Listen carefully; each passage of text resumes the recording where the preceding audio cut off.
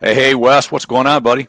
Oh man, we always have a rule that if you are on the show, there's only two ways to get back. You either did something so horrible that we Yes. have to have you back because there's no way it could be that bad, or you were so good that we want more.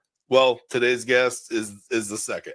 It's the latter, right? Yes. Yes, it's amazing. I think about Lee's Salz has become a friend of the show and just a great guy and an incredible author. I mean, his differentiator series are great. I've read them all. Well, I haven't read the new one yet because it's just Not being out released now. But he's done the differentiator series, and this is a guy that is after my own heart when it comes to sales because it's about making a difference and doing things right and not just being that same old person that does the same old thing and maybe taking somebody I met for lunch last week. Our friend also Marvin Montgomery used to use a quote: "Quit quoting and hoping." Right. And I've always loved that thing because, but Lee comes from the standpoint of let's be a differentiator, and I love it. He's got a whole series of books and a new one coming out, and we're just going to chat with him about the book, and we'll probably should go bring him on because he's way more interesting than you and I. And we've done whole podcasts where it's just you and I, and nobody cares. So we should probably... That's right. We didn't even care. We didn't even look at it. We didn't even watch it. That's right. So all right. Well, let's get to Lee. Let's do it. All right.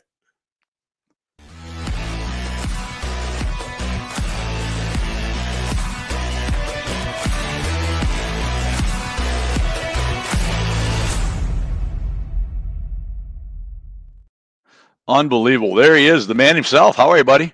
I'm doing great. How are you? I couldn't be better. Yes, you could.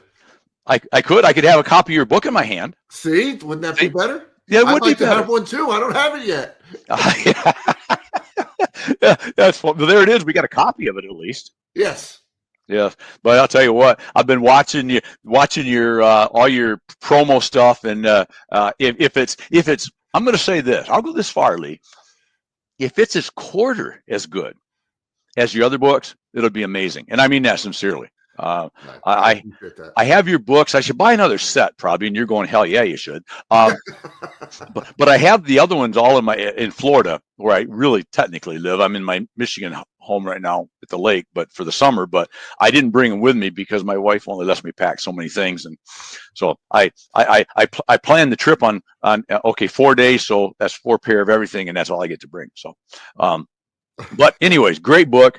And I'm really looking to just chat about you and what brought you to this point and why you write these incredibly good books. And I got to question you because you refer to yourself as sales centurion. Contrarian. Contrarian. Geez. Yeah. Okay. I'm reading it. I can't read. Okay. Hold on. There. Now I got my glasses. Oh yeah, that looks good. That looks right. My wife says I should wear my glasses, especially when I drive. I said, hey, I see a red light because you're telling me there's a red light 7 miles from now. So, but what does that mean? What is Lee all about? And let's get into the Lee Salz story. Sounds good. And as you always say, let's go. Let's go. Let's go. Yeah. All right. Yes, I am a proud sales contrarian. Here's why. And I'm sure you've seen this, Randy. Salespeople have been told a lot of stuff, haven't they? A lot of information, and they've embraced it. They don't question it. They just embrace it. Right? So, yep. And a lot of it, it's not outdated. It just was never, ever true. So I'll give you one. Ready? Yep, I'm ready. Sales is nothing but a numbers game. How many times you heard that one? Well, hundreds of times, thousands of times. Worst counsel ever given to salespeople. Because if you exclusively look at sales through the lens of a numbers game, you treat people like a number. And of course, no one wants to feel that way. Right. You know what else that tells you? You can prospect too much. Ever heard that one? You can prospect too much. If you're prospecting at levels that it's generic emails, generic voicemails, or heaven forbid you get somebody on the phone and it's a generic conversation, you're not going anywhere. So it's quality over quantity. That's what we need to be looking for. And there's so many studies that support that. You want another one? I want more. Bring them. All right. This is a test. It's a fill in the blank for you, Randy. And okay. I know first thing in the morning. Let's see if you can get this right. It's a little early. I've only had 3 coffees, so be All easy right, on very me. good. Here we go. You're only as good as your blank sale. What's the last? Last sale. Yep. I'd like to have a word with the person who first said you're only as good as your last sale. Yep. Nothing good comes from that expression. Exactly. And if you believe in that, you're only as good as your last sale, you probably suffer from the sales EKG effect. You familiar with that, Randy? No, tell me. Never heard of it? Okay, I'll take you through it, right? You do the right things, you do the right things, you do the right things, land a piece of business, get a fact commission check. Lazy, lazy, lazy. And then your sales manager comes along and says, hey, Lee, how about doing those right things again? Okay. Do the right things, do the right things, do the right things, land another piece of business, get another fact commission check, and lazy, lazy, lazy. And that cycle keeps repeating itself. Good luck growing your income if you believe you're only as good as your last sale. That expression should be you're only as good as your next sale. Exactly. Always focused on what's coming next. Always focused on tomorrow. And if you embrace that expression, you'll be prospecting and developing healthy sales pipelines. I'll give you one more, Randy. Okay. First meetings, it's another example of my sales contrarian philosophy. Salespeople have been told have discovery meetings, right? Have you heard that? All the time. Yep. Completely disagree with that. Matter of fact, chapter 1 of the first meeting differentiator is titled The Necessary Death of Discovery Meetings. Yes, I remember it well, Lee. I love the story. Tell it. All right. We got to hear it. Okay. So in that first meeting called Discovery, we come in with an approach that, or we should say we prepare by saying, here's the questions I'm going to ask. Here's the information I'm going to share. What does the other person get out of it? I love asking salespeople. If I agree to a meeting with you, what do I get out of it? And the most common response, well, they'll learn about my stuff. Yeah. So here's the problem with that. Most likely they have a provider. They have a supplier. Mm-hmm. They're not going to perceive meeting with you and learning about your stuff as meaningful value. They already got somebody that's giving it to them. Exactly. Well, what else you got? What's meaningful value? Yeah, they got nothing. Yep. Because that's what a discovery mindset is all about. It's about us. Mm-hmm. Consideration for the person on the other side of the desk. And that's what makes prospecting so hard. You see, we reach out to someone and we ask for this meeting. They know it's a discovery meeting and they know they're going to get nothing out of that interaction. So unless they're in a buy mode, there's no reason, at least in their minds, to meet with a salesperson. Truth. So meaningful value. Now, does your audience like free things? Oh, most people like free things. All right. I've got a tip sheet. And you got to write this domain down. You're not going to remember this. Okay. Meaningfulvalue.com. Okay. And I give 10 ways to provide meaningful value that once you define what that meaningful value is, you envelop that in your prospecting messaging. By the way, Randy, when we get together, I'll share with you some best practices that manufacturing executives are taking advantage of today to creatively reduce their costs. Oh, okay. I'm going to learn something during that interaction. It's worth it to me to meet with Lee.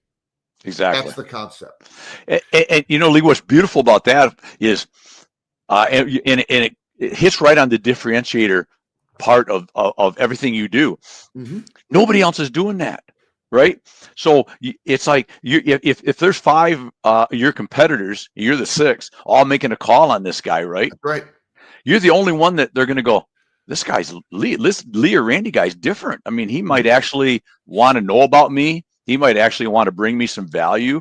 That's huge, isn't it? Well, and it brings around to another favorite question I might ask salespeople. Who's your toughest competitor?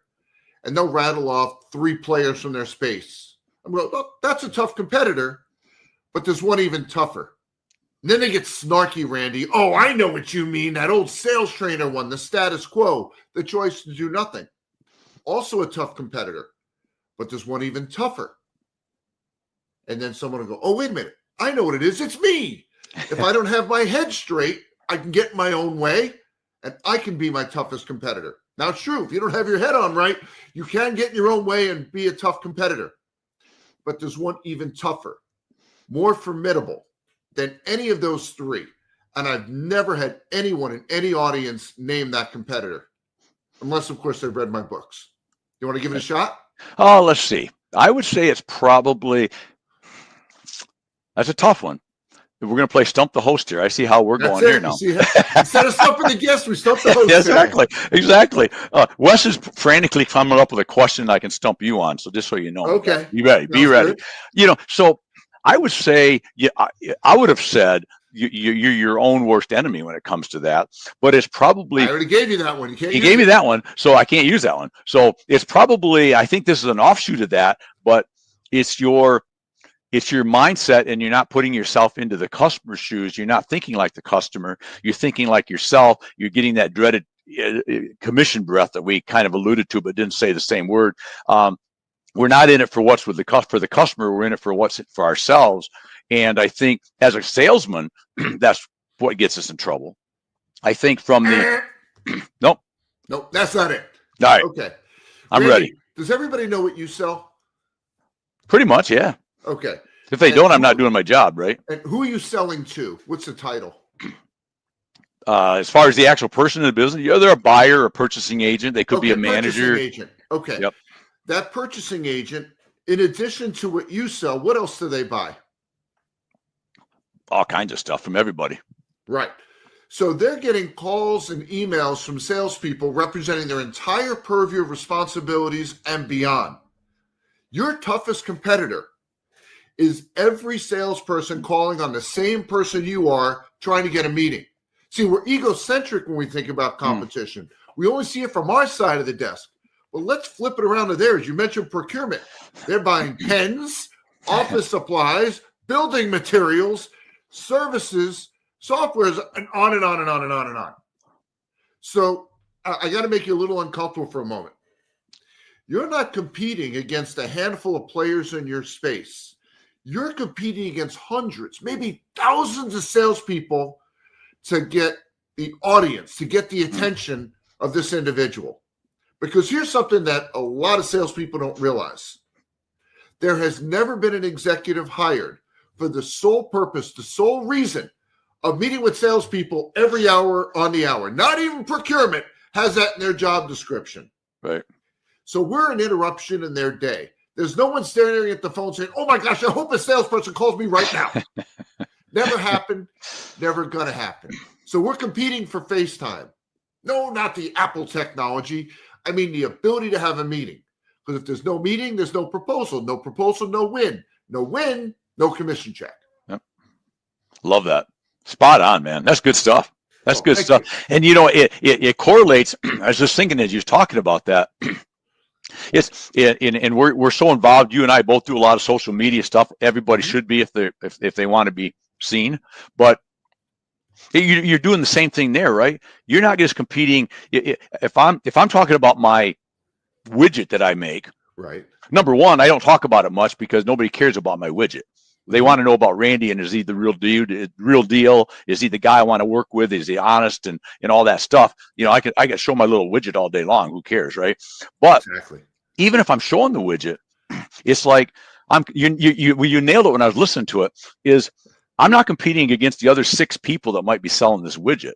Right. You're right. For view time on social media, I'm competing with, if this guy isn't interested in about a second and a half, I'm going to find somebody else that's more interesting, right? That's right. And so it's the same idea in a different way. Same concept. Right. I love that. That's right. Beautiful. But Randy, we left the audience dangling.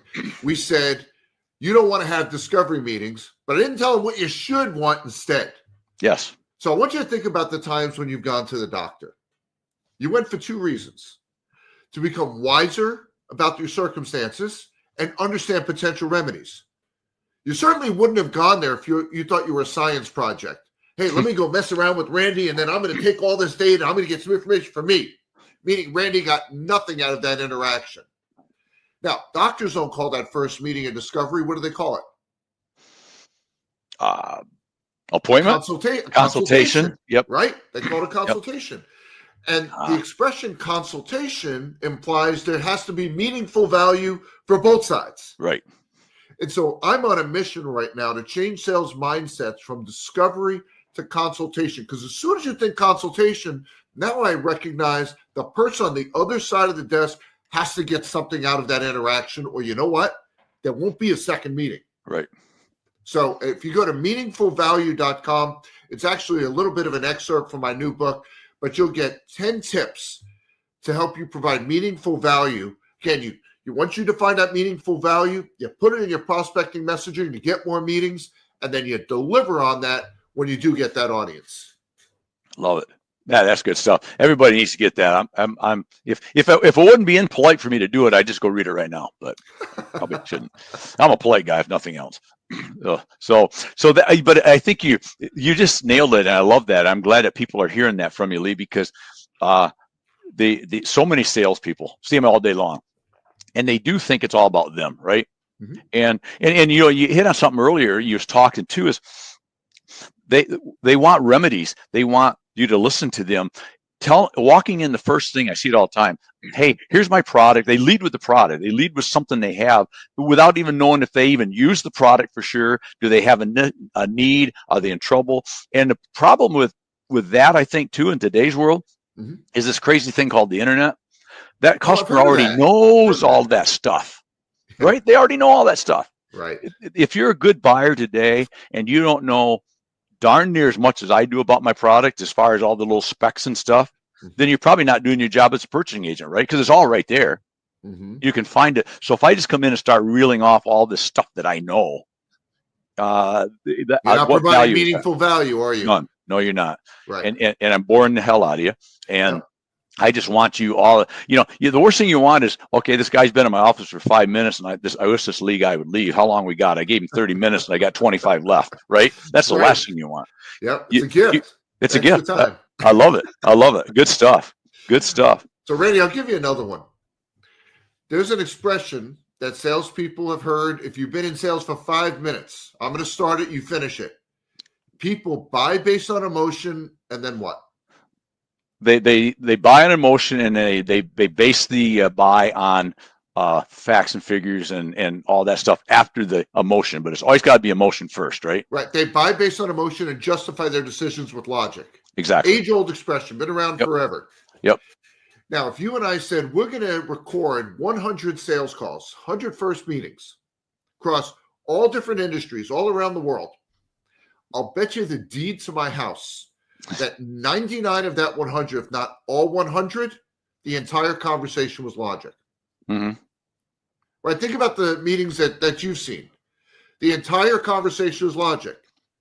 No emotions roused whatsoever. And I used to scratch my head on this. I'm like, I don't understand. If every salesperson on the planet has heard people buy based on emotion, justify the decision with logic, why does nobody do it? Exactly. Well, then I had an epiphany. I have 2 sons that played college baseball. We've talked about that before. Mm-hmm. And I remember when they were little guys. Yeah. And they'd be out in the ball field, and the coach would say, hit home runs. And they'd go, got it, hit home runs. But guess what, Randy? Nothing changed until they were taught how to hit home runs. Right. So we're preaching to salespeople. You need to engage emotions, but we're not teaching them how to do it. Well, that's what I do in Chapter 5 of the First Meeting Differentiator. I teach salespeople how to develop what I call empathetic expertise and how to appropriately engage emotions when selling. I'll share with you a story. Okay. My dad passed away a couple of years ago. As a matter of fact, this book got delayed a year because of his passing. And he had a career in banking and accounting, so he always did my parents' taxes. But as his health started to deteriorate, my mom was saying, hire a CPA. Let's just get this off your plate and don't worry about it. Finally, he gave in and did. So he did it in 2022, and he passed away at the end of that year. So I then began managing my mom's finances. So again, CPA's in place. So here we come, the April 2023 deadline, and the accountant filed the return accurately and on time. And I fired him. And I enjoyed every minute of it. Okay. Wait, Lee, you just said he did everything right and on time. How would you, why do you fire somebody like that? I'll explain. What? I would love to hear. Well, whenever my mom, my sister, and I talked with this accountant, he was disrespectful. He made us feel like idiots. Now, I'm not an accountant, but I consider myself fairly bright. But he made us feel like idiots. We hated talking to this guy. And he knew my father. And he showed no sensitivity for the situation, no understanding of all the emotions we were experiencing. And the three of us despised talking to this guy because of how he made us feel. So he lost this account, not because of work quality, right? Because he lacked what I call empathetic expertise.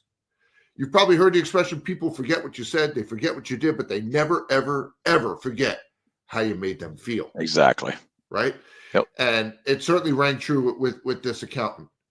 And top salespeople recognize the impact of emotion on decision-making and the importance of empathetic expertise. You know, people are always told, you've heard this, that people buy from those they blank and blank. Another quiz for you. No, like and trust. Like and trust. All right, you got that real quick.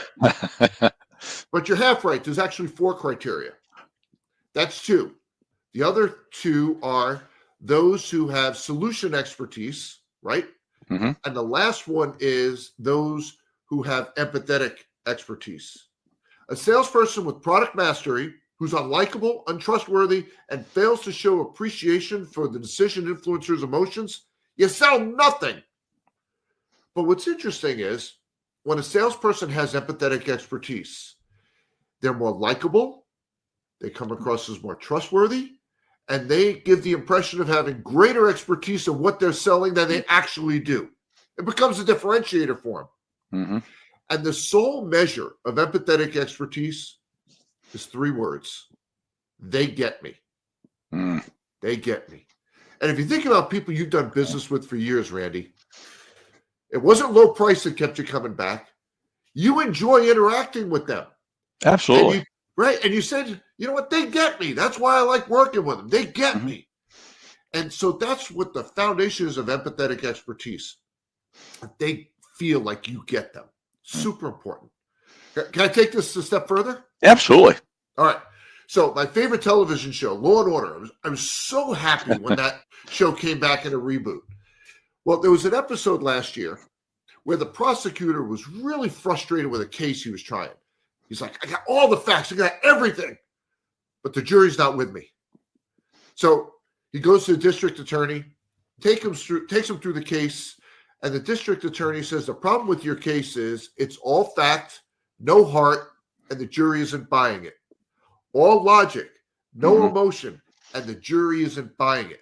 So, well, that's interesting. Attorneys are using emotions to affect decision making.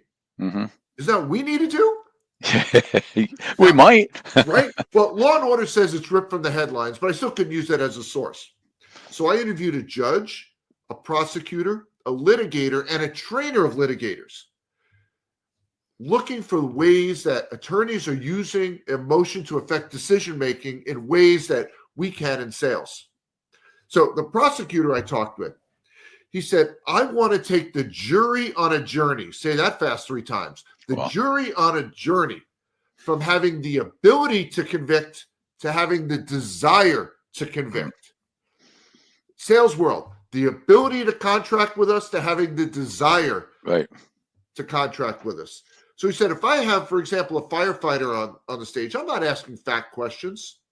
I'm asking emotional questions like, what did you feel? What did you feel when you went into that burning building? He wants the jury to feel like they were in that fire with the firefighter. Mm-hmm. So in chapter 5 of my book about emotion, I call it the deal energizer. If you aren't engaging emotion when selling, the deal has no life to it. It's likely to fizzle out. I teach the reader how to engage emotions appropriately to energize their deals. Good stuff. I can't wait for this because you're so right. I'm listening to you and I I buy into number one, but I love the concept that you think about. Everybody thinks we buy on price. We sales guys get all wrapped up in that. Nobody buy. That's one of the factors, but it's usually one that's used to push back or to push away or whatever. It's never really the real factor. They buy because even in B2B, right, which is where I work. I live in the B2B world, but it's still P2P at the end of the day. There's somebody with a buyer title and somebody with a seller title. Whatever their titles are, it still comes down, like you said, Lee and Randy need to come together and feel comfortable making a deal together, right? It all comes to emotion, right? And I love that. Person before prospect. Yes. I love Person before prospect. Until you understand them as an individual, they can't ever become a prospect. that. Yes. Good stuff. Good stuff. Hey, friends, it's Randy here, the owner of Source One Marketing, iBuyFromRandy.com. And I got to tell you, we are proud to sponsor the Building Wins Live podcast and vlogcast. We have 4+ decades in this beautiful industry of supplying materials, supplying services, supplying marketing assistance, and we just are proud to sponsor Building Wins Live and some great guests that we have every single week, many of them from our beloved industry and many of them from outside the industry that still bring some incredible content. So make sure to check us out at iBuyFromRandy.com and let us know what you think about this show.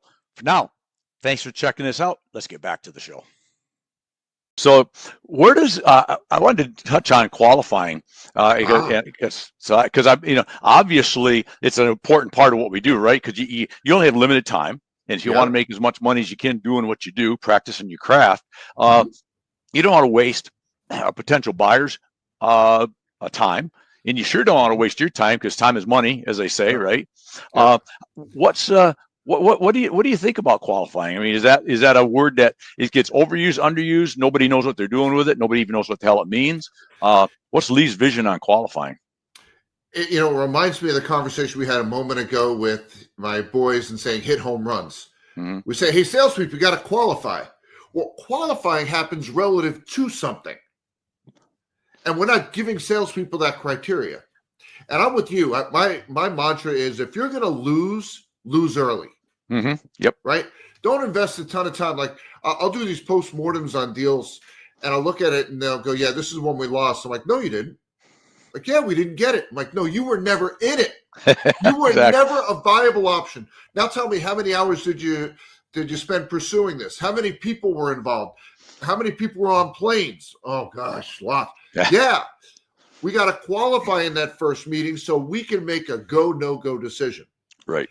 Now, the problem is that there's a tool that salespeople have been told about. Some have been given it, and it's called an ideal client profile. You're familiar with that, right? An ICP? Mm-hmm. Worst thing you can ever give a salesperson. Doesn't help with qualifying. See, an ideal client profile says if all the stars were to align, this is the kind of business we'd love to have. It's like a lottery ticket. Mm-hmm. It's a 1 in a gazillion chance that you'll ever stumble across one of these. But what every salesperson needs is a target client profile. And this isn't me wordsmithing. It's a totally different concept. A target client profile says, this is who will perceive the most meaningful value in what we offer, which gives deals the greatest chance of coming to fruition. And so there's a chapter dedicated to this subject in the book and how to put together a target client profile. And it has 12 components. And then once you get that nailed down, what are you qualifying against? Your target client profile. Every opportunity, you're banging against that profile to see how strong is this match around meaningful value. Oh, I said meaningful value again. We can start a drinking game, Randy. Every time I say meaningful value, you got to drink. Look, I got to drink. Okay, I got coffee. I could get my Dr. Pepper, but it's a little There you early. go. I got water. I'm no fun. Well, hey, my coffee's fun. It gets me till tonight when I get some Dr. Pepper. So, you want another sales contrarian expression? I would love another one. All right. When you're selling, you're supposed to share features and what? Benefits. Features and benefits. You've been told that forever, haven't you? Forever. Well, the title of the chapter in the book is Features, Benefits, and Boredom. Love it. Okay? Love it. Here's why. We come in lecturing. Here's the feature. Here's the benefit. I mean, we still have salespeople just talking features. That's a whole separate issue. Oh, that's awful. Okay. But you know what everybody likes and really appreciates? A well-told story. Mm-hmm. So instead of lecturing me on your features and benefits, tell me a story. What you've shared with me reminds me of a client of ours, had the same challenges that you've shared with me here today. And here's the solution we built for them. Take them through the solution, the results of that, tell them the story. Because one of the things that we're up against is the forgetting curve. Are you familiar with the forgetting curve? I've heard of it. I won't say it as well as you, but yes, it does. It's yeah. Go ahead. So Herman Ebbinghaus in the late 1800s, a researcher, he developed what's called the forgetting curve, and it's still valid today. What he found was that people forget 50% of what they learn within 24 hours and remember about 10% a week later. So let me do that math for a first meeting. You have a 1 hour meeting, they remember 6 minutes of it a week later. Ouch. And it goes down from there. Yes. But several studies show that people are much more likely to remember facts when they're enveloped in stories. And that's why storytelling is so important. So in the book, I lay out a framework on how to construct these stories in a compelling fashion. But then I take it a step further. Here's the problem in a lot of companies. Let's say you've been around 10 years, 20 years, 50 years, 100 years as a company.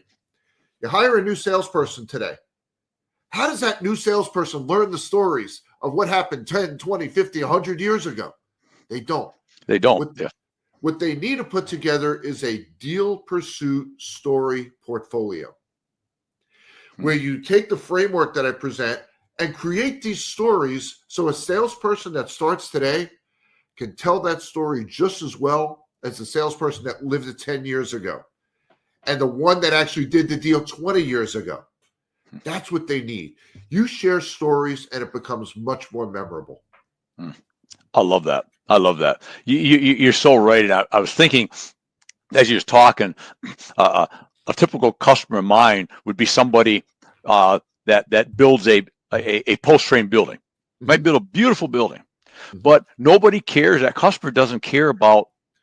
We all think as sales guys, they care about the type of screw and the paint system and all that. Those are all things logically right at the end that helps them feel good about their logic. Right? Yep. But the emotion, the storytelling is getting them to see themselves sitting on their rocking chairs with the fire pit in the evening, overlooking the pond where we're going to build your building. Right? That's what you're selling, right? Yep. Because if you want them to do something, they need to feel something. Yes. If they don't feel anything, guess what? You know what, Randy? Thanks so much for coming in. We're just going to stick with what we've been doing. Exactly. Well, exactly. Because there's always for the customer, there's always a fear of change, right? Yep. Maybe they don't even love being with Randy, but Lee hasn't given me any particular reason to switch from Randy. So I'm going to stay with what I don't love, but I'm afraid to make the change, right? That's right. Unless you've given them a reason going, I like Randy, but damn, this Lee guy, he told me stories and I see myself sitting on the front porch with, in the rocking chair. I just like this Lee guy, right? That's the whole differentiator right there, right? Yep. Because you hit on the features and benefits, and I love that. We all get, again, wrapped up in most sales trainings that you ever have as salespeople is going through all these features, like, how much of this and how many ounces of that and all this. And at the end of the day, it's blah, blah, blah. You got to know it for the logic part of it, right? But before that, nobody cares, right? They just don't care. And I love that concept that you bring to the table. Good stuff. Should we talk about ending that first meeting? Let's talk about ending it. All right. So let's say we're reading the tea leaves correctly. We believe the meeting has gone well. So favorite question of mine, as we'll wrap it up, I'll say, so Randy, how did we do today? I'm looking for them to say something like, I'm so glad you came in. This was a great use of my time because, get ready to drink, we provided meaningful value. Exactly. Drink here. Hang on. A drink here. We provided meaningful value. Now, I don't care what you sell. Doesn't matter. Product, service, technology, any industry. If that meeting has gone well, there's only one way it ends. With a scheduled, defined next interaction. Yes. Has to happen. And you say, boy, that's so obvious. But I got to tell you, even myself, I have these great conversations. It's so easy just to let it go with, oh, yeah, I'll follow up with you next week. It's so easy to do that. It is. Get them there. Exactly. We're all together. Energy is high. Yes. Emotion is peaked. Yes. Schedule it right then and there. And if they say, well, I need to get so-and-so, I got to check their schedule. Agreed. Let's do this.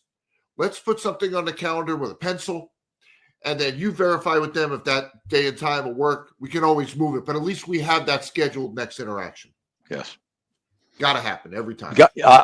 So right. I love that. Because, again, keeps you on task, but also when the energy's high, the likelihood that they're going to say, yes, let's go ahead and do that is way greater than 20 minutes later, even if you walk out of the room.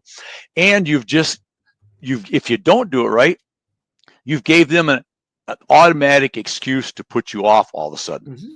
Right? It's harder if you call to ask for an appointment, I'm busy, call back next week.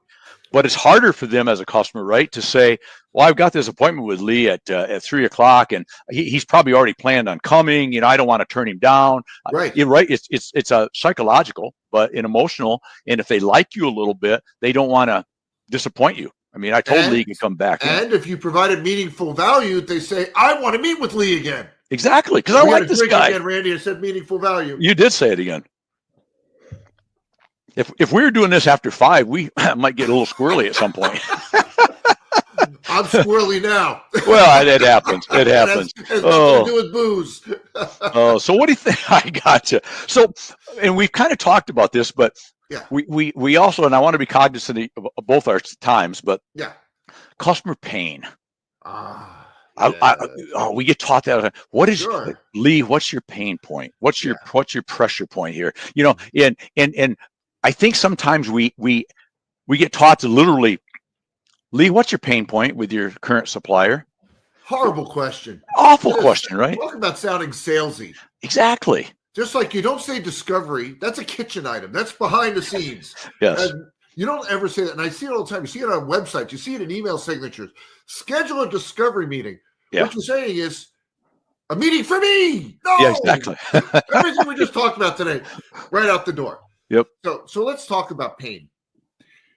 I'm going to share with you a very painful sales story. You ready? I'm ready. All right. So Stephen Harmon, he's a salesperson for ABC Enterprises, and he has a consultation, that first meeting with Nicole Jameson. And during that first meeting, Nicole talked about issues with their current provider, her frustrations. And as she did, Stephen's like trying not to salivate because this deal just looks so good. Given Nicole's pain, this is a done deal, right? Yep. Well, so Stephen goes home. He's sitting on his deck, and he's thinking about all the ways he's going to spend this fat commission check. He goes, I think I'll finally buy that boat I've been looking at. He even goes to his wife, says, honey, this is it.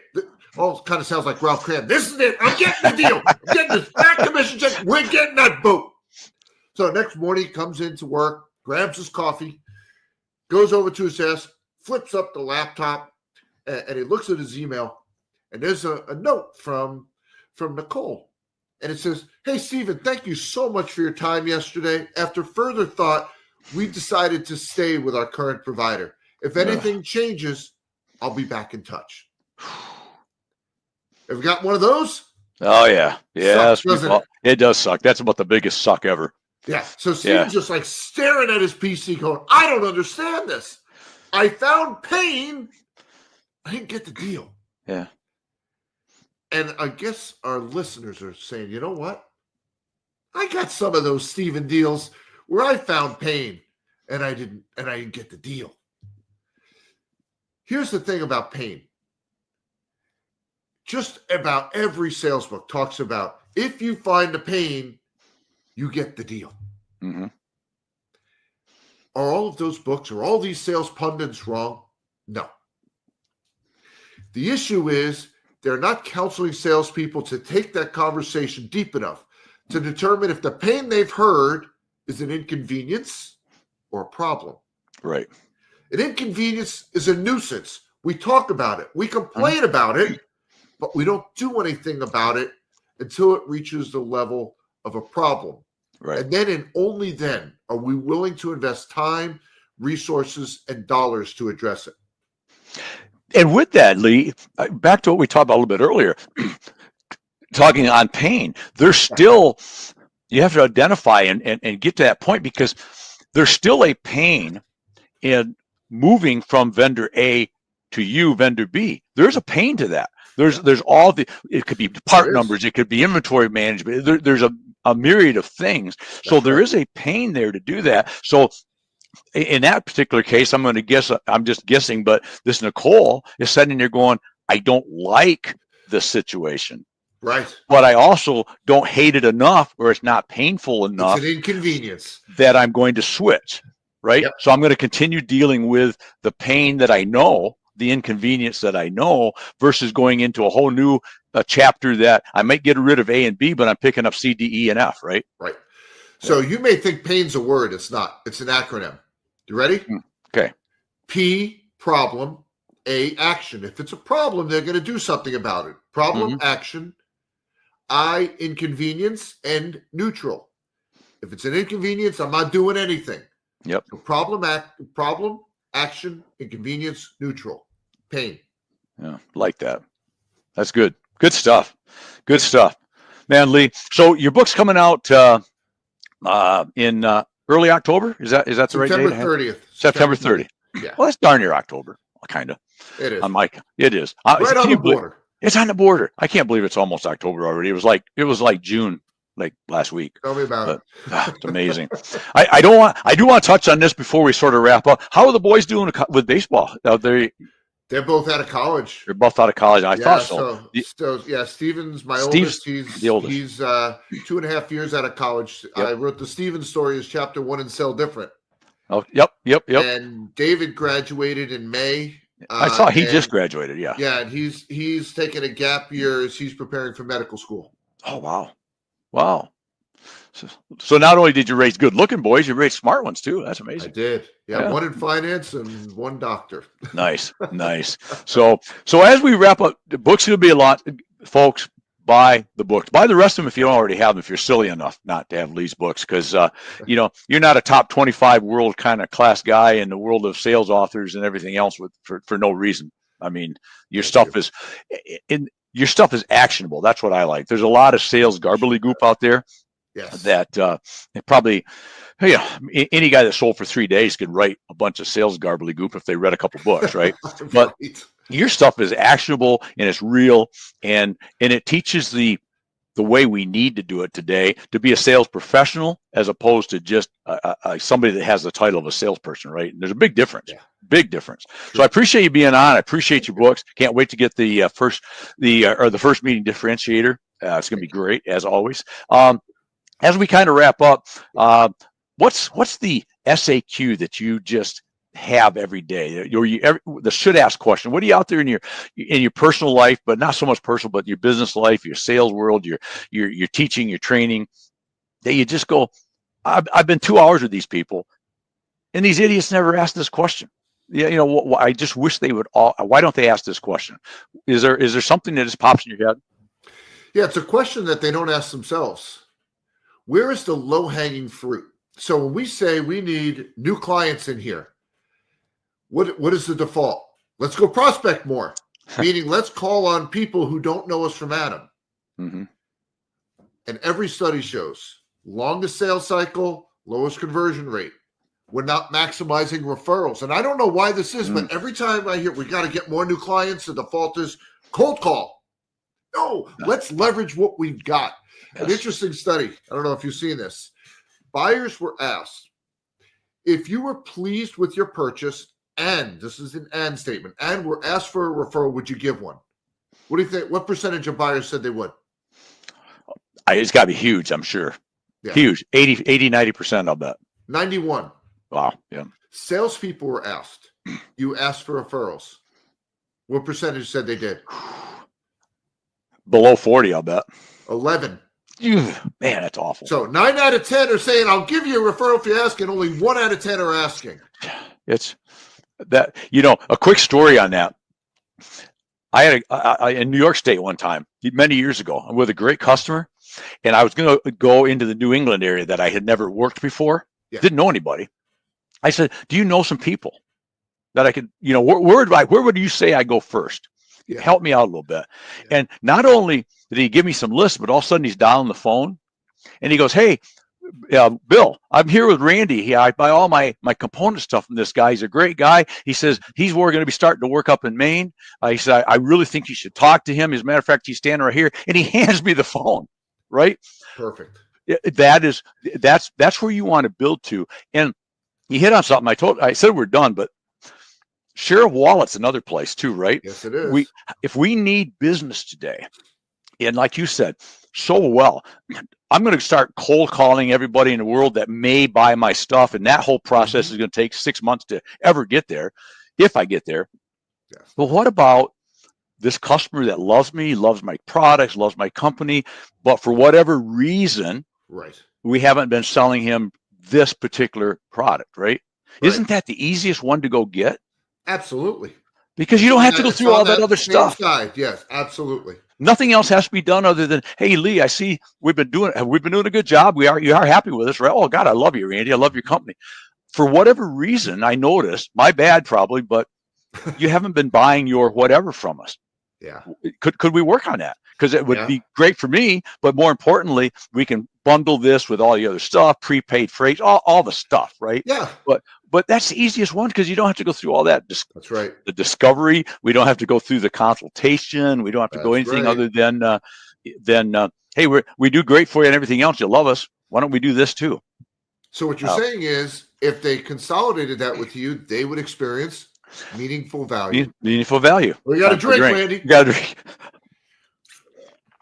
See, I would keep talking forever because I love what you talk about, love you, but I'm out of coffee, so I have priorities. You got to set priorities. I can't say that expression anymore. You got to have limits. But Lee, thank you so much for jumping on, and thank you seriously for bringing out another great book. And I mean that sincerely. I big fan. I love what you do, and just thank you so much. So, any parting words, or I'll let you go build an emotional relationship with somebody. That's it. Well, like I said before, if you want them to do something, they need to feel something. Add emotion, get that energy in your deal. Love it. Lee, thank you, my friend. I appreciate you. Thank you. I appreciate you having me on. Absolutely. Cheers, my friend. Thanks. All righty.